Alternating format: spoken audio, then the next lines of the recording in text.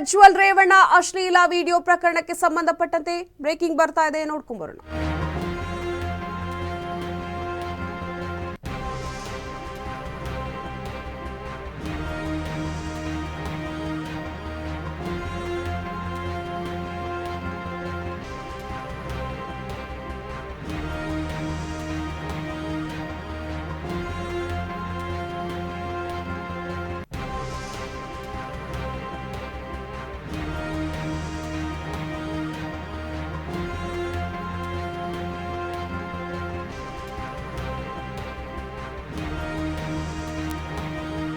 ಪ್ರಜ್ವಲ್ ರೇವಣ್ಣ ಅಶ್ಲೀಲ ವಿಡಿಯೋ ಪ್ರಕರಣ ವಿಚಾರಣೆಗೆ ಹಾಜರಾಗಲು ಎಸ್ಐಟಿ ಸೂಚನೆಯನ್ನ ಕೊಟ್ಟಿದೆ. ನಿನ್ನೆ ನೋಟಿಸ್ ಜಾರಿ ಮಾಡಿರುವ ಎಸ್ಐಟಿ ಸದ್ಯ ವಿದೇಶದಲ್ಲಿರುವ ಪ್ರಜ್ವಲ್ ರೇವಣ್ಣ ವಿದೇಶದಿಂದ ಕರೆತರುವ ಬಗ್ಗೆ ಎಸ್ಐಟಿ ಪರಿಶೀಲನೆಯನ್ನ ನಡೆಸ್ತಾ ಇದೆ. ಎಸ್ಐಟಿ ಅಧಿಕಾರಿಗಳಿಂದ ಕಾನೂನು ತಜ್ಞರ ಮೊರೆ ಹೋಗಿರುವಂತದ್ದು. ಪ್ರಜ್ವಲ್ ರೇವಣ್ಣ ಅಶ್ಲೀಲ ವಿಡಿಯೋ ಪ್ರಕರಣಕ್ಕೆ ಸಂಬಂಧಪಟ್ಟಂತೆ ಈಗ ವಿಚಾರಣೆಗೆ ಹಾಜರಾಗಲು ಎಸ್ಐಟಿ ಬೆಳಿಗ್ಗೆ 10 ಗಂಟೆಗೆ ವಿಚಾರಣೆಗೆ ಹಾಜರಾಗುವಂತೆ ಸೂಚನೆಯನ್ನ ಕೊಡಲಾಗಿತ್ತು. ಎಸ್ಐಟಿ ವಹಿಸಿದ ಬೆನ್ನಲ್ಲೇ ಆರೋಪಿಗಳಿಗೆ ನೋಟಿಸ್ ಅನ್ನ ಕೂಡ ನೀಡಲಾಗಿತ್ತು. ಇದಕ್ಕೆ ಸಂಬಂಧಪಟ್ಟಂತೆ ರೇವಣ್ಣ ನಿವಾಸಕ್ಕೆ ಕೂಡ ನೋಟಿಸ್ ಅನ್ನ ಅಂಟಿಸಲಾಗಿದೆ. ಪ್ರಜ್ವಲ್ ರೇವಣ್ಣ ಅಶ್ಲೀಲ ವಿಡಿಯೋ ಪ್ರಕರಣಕ್ಕೆ ಸಂಬಂಧಪಟ್ಟಂತೆ ವಿಚಾರಣೆಗೆ ಹಾಜರಾಗಲು ಎಸ್ಐಟಿ ಸೂಚನೆಯನ್ನ ಕೊಟ್ಟಿರುವಂತದ್ದು. ಒಟ್ಟಾರೆ ದೇಶಾದ್ಯಂತ ವ್ಯಾಪಕ ಸುದ್ದಿಗೆ ಗ್ರಾಸವಾಗಿರುವಂತಹ ಸೆಕ್ಸ್ ಸ್ಕ್ಯಾಂಡಲ್ ಹಗರಣಕ್ಕೆ ಸಂಬಂಧಿಸಿದಂತೆ ಹಾಸನ ಸಂಸದ ಪ್ರಜ್ವಲ್ ರೇವಣ್ಣ ಹಾಗೆಯೇ ಶಾಸಕ HD ರೇವಣ್ಣ ಅವರಿಗೆ ಎಸ್ಐಟಿ ನೋಟಿಸ್ ಅನ್ನ ಜಾರಿ ಮಾಡಿದೆ. 24 ಗಂಟೆಗಳಲ್ಲಿ ಹಾಜರಾಗಲು ಸೂಚನೆಯನ್ನ ಕೂಡ ಕೊಟ್ಟಿದೆ. ಈ ವಿಚಾರಕ್ಕೆ ಸಂಬಂಧಪಟ್ಟಂತೆ ಹೊಳೆನರಸೀಪುರ ಪೊಲೀಸ್ ಠಾಣೆಯಲ್ಲಿ ಪ್ರಕರಣ ಕೂಡ ದಾಖಲಾಗಿದೆ. ಸಂತ್ರಸ್ತೆಯರಿಂದ ಹೇಳಿಕೆಯನ್ನ ತಗೊಂಡ ನಂತರ ಅಲ್ಲಿ ಕಂಪ್ಲೇಂಟ್ ಅನ್ನ ಲಾಡ್ಜ್ ಮಾಡಲಾಗಿದೆ. ಆರೋಪಿಗಳಾದ ತಾವುಗಳು ಖುದ್ದು ಹಾಜರಾಗಿ ಹೇಳಿಕೆಯನ್ನ ಕೂಡ ಕೊಟ್ಟಿದ್ದಾರೆ. ನೋಟಿಸ್ ತಲುಪಿದ 24 ಗಂಟೆಯ ಒಳಗೆ ಕಡ್ಡಾಯವಾಗಿ ಎಸ್ಐಟಿ ಮುಂದೆ ಹಾಜರಾಗಬೇಕು ಅಂತ ಸೂಚನೆಯನ್ನ ಕೊಡಲಾಗಿದೆ.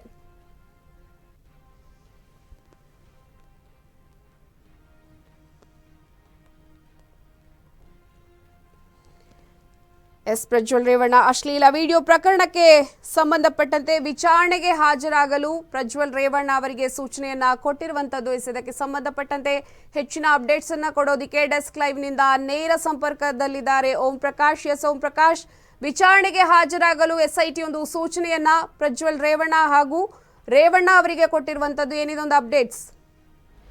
ಪಲ್ಲವಿ, ಏನಂತಂದರೆ ಈ ಒಂದು ಅಶ್ಲೀಲ ವಿಡಿಯೋ ಹಗರಣ ಈಗ ಇಡೀ ದೇಶದಲ್ಲೇ ಸದ್ದು ಮಾಡ್ತಾ ಇದೆ. ಹಾಗಾಗಿ ಇದ್ರ ಬಗ್ಗೆ ಕರ್ನಾಟಕ ರಾಜ್ಯ ಸರ್ಕಾರವು ತುಂಬ ಗಂಭೀರವಾಗಿ ಒಂದು ತನಿಖೆಯನ್ನು ಘಟನೆ ಮಾಡಿದೆ. ಅದು SIT ಘಟಕದ ಮೂಲಕ ಈ ಒಂದು ತನಿಖೆ ನಡೀತಾ ಇದೆ. ಆದರೆ ನಿನ್ನೆ SIT ಘಟಕ ಏನು ಮಾಡಿತ್ತು, ಪ್ರಜ್ವಲ್ ರೇವಣ್ಣ ಅವರ ಮನೆ ಮುಂದೆ ಒಂದು ನೋಟಿಸನ್ನು ಹಚ್ಚಿತ್ತು. ಅವರು ತಕ್ಷಣ ಅಂದರೆ ಇವತ್ತು ಹಾಜರಾಗಬೇಕು ಅಂತ. ಆದರೆ ಪ್ರಜ್ವಲ್ ರೇವಣ್ಣ ಅವರು ಈಗ ಜರ್ಮನಿಯ ಫ್ರಾಂಕ್ಫರ್ಟ್ನಲ್ಲಿ ಇದ್ದಾರೆ ಅನ್ನೋ ಒಂದು ಸುದ್ದಿ ಇದೆ. ಹಾಗಾಗಿ ಅವರು ಯಾವುದೇ ಕಾರಣಕ್ಕೂ ಇನ್ನೂ ಬಹುಶಃ ಒಂದು 2-3 ದಿವಸ ಅವರು ಬಹುಶಃ ಇಲ್ಲಿ ಬರೋದಕ್ಕೆ ಸಾಧ್ಯ ಆಗಲಿಕ್ಕಿಲ್ಲ. ಆದರೆ ಅವರು ಆ ಥರ ಬರದೇ ಇದ್ದರೆ SIT ಯಾವ ಥರ ಅವ್ರ ಮೇಲೆ ಕ್ರಮ ತಗೊಳುತ್ತೆ ಅನ್ನೋದನ್ನು ಕಾದು ನೋಡಬೇಕಾಗಿದೆ. ಆದರೆ ಈ ನಡುವೆ ರೇವಣ್ಣ ಅವರು ಈ ಒಂದು ಏನು SIT ಮುಂದೆ ಹಾಜರಾಗ್ತಾರಾ ಅನ್ನೋದು ಪ್ರಶ್ನೆ. ಅವರಿಗೆ ಯಾವ ಥರ ನೋಟಿಸ್ ಕೊಟ್ಟಿದ್ದಾರೆ SIT ಅವರು, ಯಾವ ಥರ ರೇವಣ್ಣ ಅವರದಕ್ಕೆ ಪ್ರತಿಕ್ರಿಯೆ ಕೊಡ್ತಾರೆ ಅನ್ನೋದನ್ನು ಕಾದು ನೋಡಬೇಕಾಗಿದೆ ಪಲ್ಲವಿ. ಇದೀಗ ಬೆಳ್ಳಂಬೆಳಿಗ್ಗೆನೆ ಇವತ್ತು ಸಂತ್ರಸ್ತೆಯರನ್ನ ಕೂಡ ಠಾಣೆಗೆ ಕರೆಸಿ ಮತ್ತೆ ಆ ಒಂದು ಸ್ಥಳಕ್ಕೆ ಕರ್ಕೊಂಡು ಹೋಗಿ ಸ್ಥಳ ಮಹಜರನ್ನು ಕೂಡ ಮಾಡಲಾಗಿತ್ತು. ಅದರ ನಂತರ ಕಂಪ್ಲೇಂಟ್ ಅನ್ನ ಲಾಡ್ಜ್ ಮಾಡಲಾಗಿತ್ತು.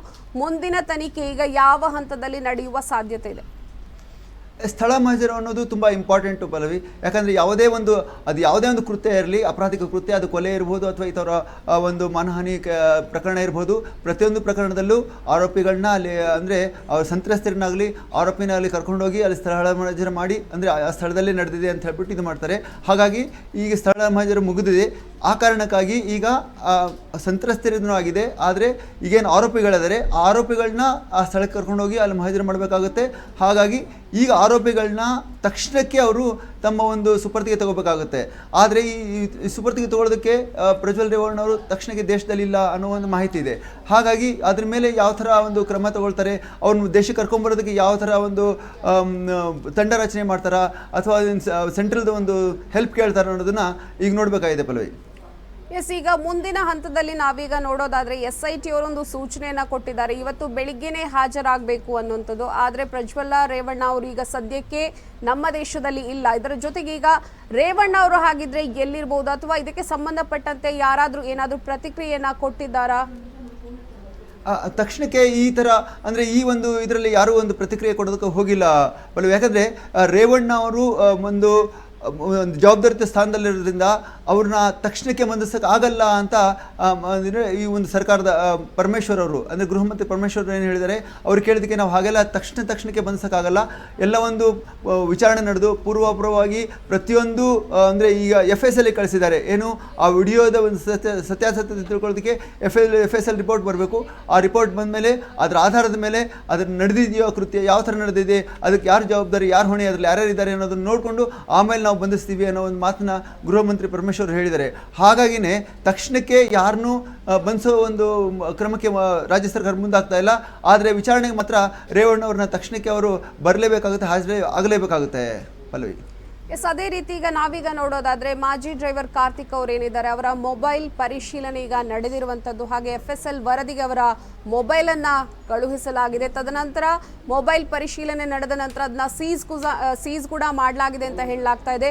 ಸೊ ಏನಿದೆ ಒಂದು ಅಪ್ಡೇಟ್ಸ್ ಪಲ್ಲವಿ, ಇದು ಒಂದು ಅಂದರೆ ಪೆನ್ ಡ್ರೈವ್ ಮೂಲಕ ಇದೆಲ್ಲ ನಡೆದಿರೋದ್ರಿಂದ ಇದ್ರ ಒಂದು ಮೂಲಕ್ಕೆ ಎದುಕ್ತಾ ಹೋದರೆ ನಾವು ಇದು ಏನು ಪ್ರಜ್ವಲ್ ರೇವಣ್ಣ ಅವರ ಡ್ರೈವರ್ ಆಗಿದ್ದರು ಮುಂಚೆ ಕಾರ್ತಿಕ್ ಅಂತ, ಅವರ ಹತ್ರ ಹೋಗಿ ನಿಲ್ಲುತ್ತೆ. ಕಾರ್ತಿಕ್ ಅವರು ಸುಮಾರು 15 ವರ್ಷಗಳಿಂದಲೂ ಪ್ರಜ್ವಲ್ ರೇವಣ್ಣ ಅವ್ರ ಹತ್ರ ಡ್ರೈವರ್ ಆಗಿದ್ದರು. ಆದರೆ ಒಂದು ಜಮೀನಿನ ವಿಚಾರದ ಒಂದು ವಿವಾದವಾಗಿ ಕಳೆದ ವರ್ಷ ಅವರು ಅಲ್ಲಿ ಕೆಲಸ ಬಿಟ್ಬಿಟ್ಟಿದ್ರು. ಅಂದರೆ ಆ ಜಮೀನನ್ನು ನನ್ನ ಜಮೀನನ್ನು ನನಗೂ ಮತ್ತು ನನ್ನ ಹೆಂಡತಿ ಮೇಲೆ ಹಲ್ಲೆ ಮಾಡಿ ಕಿತ್ಕೊಂಡ್ರು ಅನ್ನೋ ಒಂದು ಆರೋಪ ಹೊರಿಸ್ಬಿಟ್ಟು ಅವರು ಅಲ್ಲಿಂದ ಕೆಲಸದಿಂದ ಹೊರಗಡೆ ಬಂದಿದ್ರು. ಆಗ ಅವ್ರ ಹತ್ರ ಈ ಒಂದು ಪೆನ್ ಡ್ರೈವ್ ಇತ್ತು ಅಂತ ಒಂದು ಅವರೇ ಹೇಳಿದರು. ಅದನ್ನು ಅವರು ಆದರೆ ಕೋರ್ಟ್ ಅದನ್ನು ಸಾರ್ವಜನಿಕ ಮಾಡಬಾರ್ದು ಅಂತ ಪ್ರಜ್ವಲ್ ರೇವಣ್ಣ ಅವರು ಕೋರ್ಟಿಗೆ ಹೋಗಿ ಸ್ಟೇ ತಂದಿದ್ದರಿಂದ ಅದನ್ನು ಸಾರ್ವಜನಿಕ ಮಾಡಿರಲಿಲ್ಲ. ಆದರೆ ಅದನ್ನು ಅವರು ಕೆಲವರು ಲೀಡರ್ಸ್, ಕಾಂಗ್ರೆಸ್ ಲೀಡರ್ಸ್ ತೊಗೊಂಡೋದಾಗ ಅವರು ಅದನ್ನ ಹೆಲ್ಪ್ ಮಾಡಲಿಲ್ಲ. ಹಾಗಾಗಿ ಅವ್ರ ನಂತರ ಏನು ಮಾಡಿದರು, BJPಯ ಹಾಸನ ಏನು ಲೀಡರ್ ಇದ್ದಾರೆ ದೇವರಾಜೇಗೌಡ, ಅವ್ರ ಹತ್ರ ಹೋದರು, ಅವ್ರ ವಕೀಲರು. ಹಾಗಾಗಿ ಅವರಿಂದ ಹೆಲ್ಪ್ ಕೇಳಿದ್ರು ಏನು ಜಮೀನು ವಿಚಾರವಾಗಿ.